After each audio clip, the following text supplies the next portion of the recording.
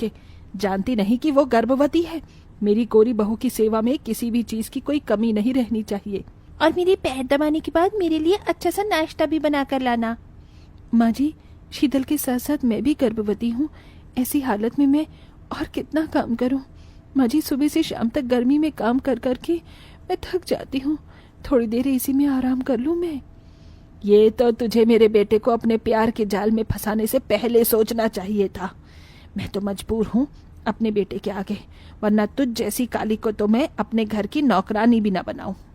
माधवी के छोटे बेटे अजय ने दीपा जैसी काली लड़की से प्यार करके उससे शादी की थी। दीपा के काले रंग की वजह से माधवी उसे बिल्कुल भी पसंद नहीं करती थी। यहाँ तक कि जब माधवी की दोनों बहुएं प्रेग्नेंट थीं, तब भी माधवी सिर्फ अपनी गोरी बहू को ही चाहती थी। लेकिन फिर भी दीपा एक अच्छी बहू होने के सारे फर्ज निभाती है। ये ले केसर, इसे दूध में मिलाकर मेरी शीतल बहू को पिला देना। माधवी के दिए हुए केसर से दीपा शीतल के लिए दूध बनाती है और उसे उसके कमरे में देने के लिए जाती है। लेकिन दीपा देखती है कि शीतल गर्भवती अवस्था में भी कानों में भी हेडफोन लगाकर बर्गर खाते हुए अपने कमरे में डांस कर रही है। ओहो, कितना मजा आ रहा है ये। शीतल को ऐसी हालत में डांस करता देख दीपा उसके पास आती है और उसके कानों से हेडफोन निकाल देती है। शीतल, ये तुम क्या कर रही हो? ऐसी हालत में भला नाश्ता कौन है? और ये तुम क्या बाहर की चीज खा रही हो? पता है, छोड़ो इसे। तुम कौन होती हो मुझे ये सब बताने वाली? जितनी औकात है उतनी औकात में रहो। शीतल दीपा के हाथ से हेडफोन लेकर दोबारा डांस करना शुरू कर देती है, जिससे दीपा को काफी बुरा लगता है। अरे शीतल, कहाँ जा रही है?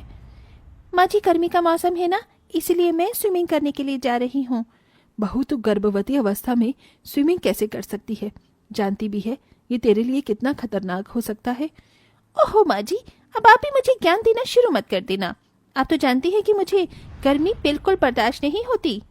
अपनी सास की बात को न मानते हुए प्रेगनेंसी की हालत में भी शीतल गर्मी को दूर करने के लिए स्विमिंग पूल जाकर स्विमिंग करती है। वहीं दूसरी तरफ दीपा गर्मी में भी पसीना बहाकर गर्भवती अवस्था में सारे काम कर भगवान की पूजा पाठ करती है। ओम जय जगदीश हरे, स्वामी जय जगदीश हरे। भक्त जनों के संकट, दास जनों के संकट क्षण में दूर करे। ओम जय जगदीश हरे। हे भगवान, जिस तरह आपने आज तक मुझ पर अपनी दया दृष्टि रखी है, वैसे ही मेरे आने वाले बच्चे पर भी रखना और इसे कभी कोई तकलीफ नहीं होने देना। जहां शीतल अपने बच्चों का ध्यान न रखते हुए दिन रात पार्टी करती घूमती फिरती, वहीं दीपा अपने आने वाले बच्चों के लिए भगवान से प्रार्थना करके खुद का काफी अच्छे तरीके से ध्यान रखती है। वहीं घर की सारी जिम्मेदारियों को भी संभालती है। ऐसे ही वक्त गुजरता है और अब दोनों काली और गोरी बहू की डिलीवरी का वक्त आ जाता है। देखिए, दीपा की डिलीवरी में तो कोई प्रॉब्लम नहीं है, लेकिन शीतल की डिलीवरी में काफी कॉम्प्लिकेशंस हैं, इसलिए हमें उनका ऑपरेशन करना होगा। बिना ऑपरेशन के ये बच्चा पैदा नहीं हो सकता। डॉक्टर के मुंह से ऑपरेशन की बात सुनकर माधवी काफी डर जाती है और अपनी गोरी बहू के लिए प्रार्थना करती है। वहीं काली बहू अपने जैसे काले बच्चे को जन्म देती है। ऑपरेशन के बाद शीतल एक गोरे बच्चे को जन्म देती है। कितना सुंदर है मेरा पोता, किसी की नजर न लगे। जल्दी से इसे काला टीका लगा देती हूँ, वरना पता चले इसे मेरी ही नजर लग गई है। अपनी गोरी बहू के बच्चे के जन्म पर शीतल पूरे अस्पताल में मिठाई बंटवाती है और अपने गोरे पोते को अपने सीने से लगाकर रखती है। लेकिन वहीं काली बहू के बच्चे को एक बार देखती भी नहीं है। हाँ यार, इस बार मैं पक्का पार्टी में आऊंगी। अब मैं रखती हूँ, मुझे ड्रेस भी तो डिसाइड करनी है। शीतल पार्टी में जाने के लिए ड्रेस सेलेक्ट करने लगती है कि तभी अचानक शीतल का बच्चा रोना शुरू कर देता है।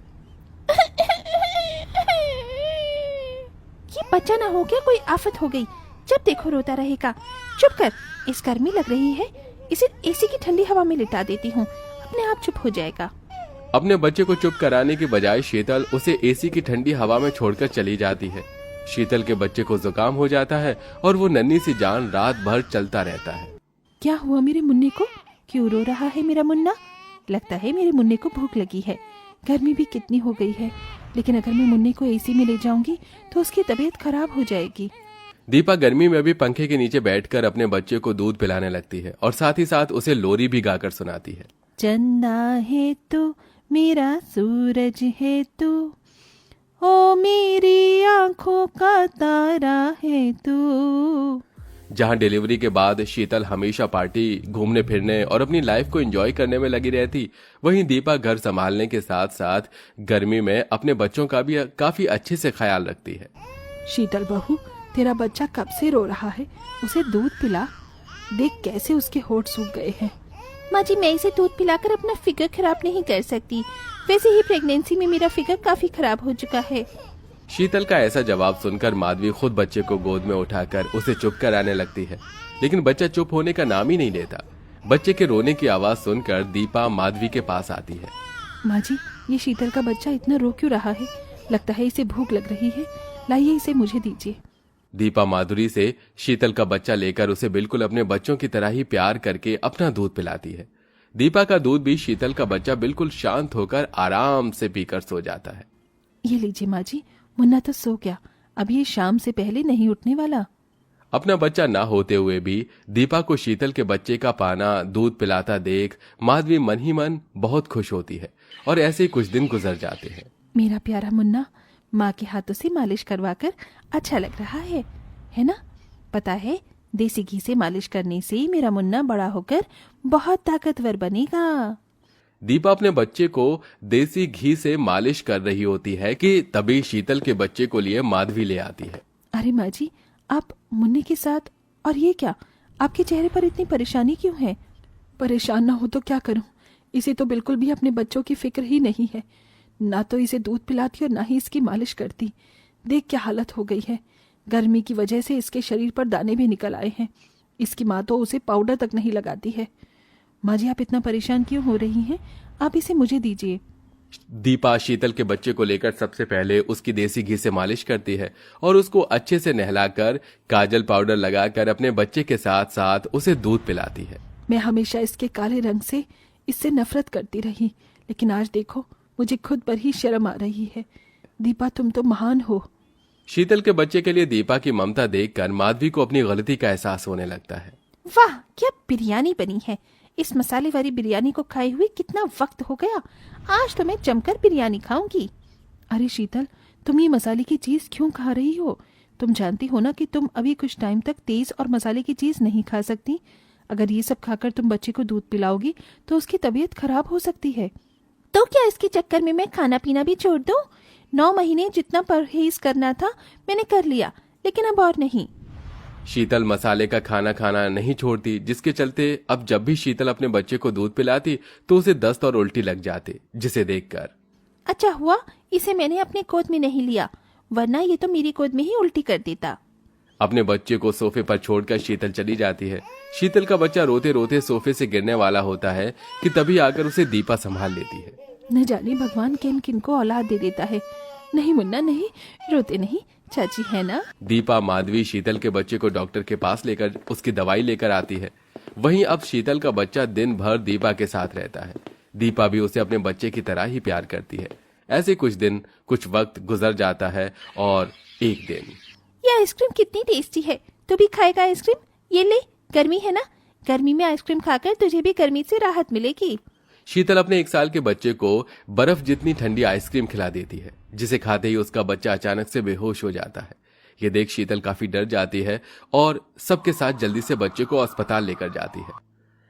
ये बताइए, इतने छोटे से बच्चे को इतनी ठंडी आइसक्रीम आप कैसे खिला सकती हैं? आप इसकी सगी ही माँ है ना। आपकी वजह से आपके बच्चे को निमोनिया हो गया है। डॉक्टर की बात सुन शीतल को अपने किए पर बहुत पछतावा होता है। वहीं दूसरी तरफ दीपा शीतल के बच्चे का काफी अच्छे तरीके से ध्यान रखती है, जिसके चलते बच्चा सिर्फ कुछ दिनों में ही ठीक हो जाता है। आज मैं आपके लिए कितने सारे खिलौने लेकर आई हूँ। आ जाओ, मम्मी की गोद में आ जाओ। शीतल जैसे ही अपने बच्चे को गोद में लेती है तो उसका बच्चा जोर जोर से रोना शुरू कर देता है, जिसे देख दीपा जल्दी से शीतल से अपना बच्चा अपनी गोद में ले लेती है। दीपा के गोद में जाते ही वो बच्चा बिल्कुल शांत हो जाता है। ये मेरा बच्चा है, ये तुम्हारी गोद में क्यों चुप हुआ? अच्छा, तो तुझे याद आ ही गया कि ये तेरा बच्चा है। तूने बच्चे तो पैदा कर दिया, लेकिन तू एक अच्छी माँ नहीं बन सकी। जब जब तेरा बच्चा रोता था, बीमार होता था, तू पार्टी करने में बिजी रहती थी। वहीं दीपा ने इसे संभाला है, इसलिए आज तेरा ही बच्चा तेरे गोद में ना चुप होकर अपनी चाची की गोद में आराम से हंस रहा है। अगर दीपा न होती तो तेरा बच्चा तो कब का ही मर जाता। दीपा भले ही रंग की काली है, लेकिन उसके जितना सुंदर मन किसी का नहीं है। अपनी सास की बातें सुन शीतल की आंखों में आंसू आ जाते हैं। हे भगवान, ये क्या हो गया मुझसे?